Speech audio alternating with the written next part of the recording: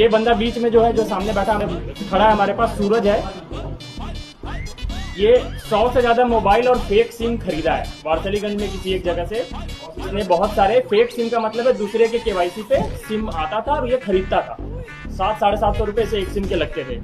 ये spoof website बनाता था। आप जितनी कंपनियों की यहाँ लिस्ट लगी है, इनकी जो एक्चुअल वेबसाइट जैसी दिखती है पूरी वैसी ही दिखती हुई, लेकिन जो ऊपर का लिंक है वो थोड़ा बदल के बनाता था। तो ये फेक वेबसाइट एकदम वैसा दिखने वाला बनाता था। अकाउंट्स खरीदता था दूसरों से और इसके बताए अनुसार जो इसे अकाउंट देता था, अकाउंट का कंट्रोल उसी के पास होता था। 50% पैसे वो रखता था, पैसे निकाल के 50% इसे देता था।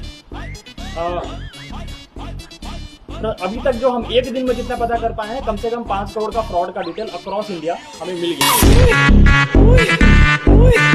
हम बहुत सारे प्रार्थियों से बात की है। ये समझे बहुत बढ़ सकती है जितना ज्यादा हम डिटेल में जाए।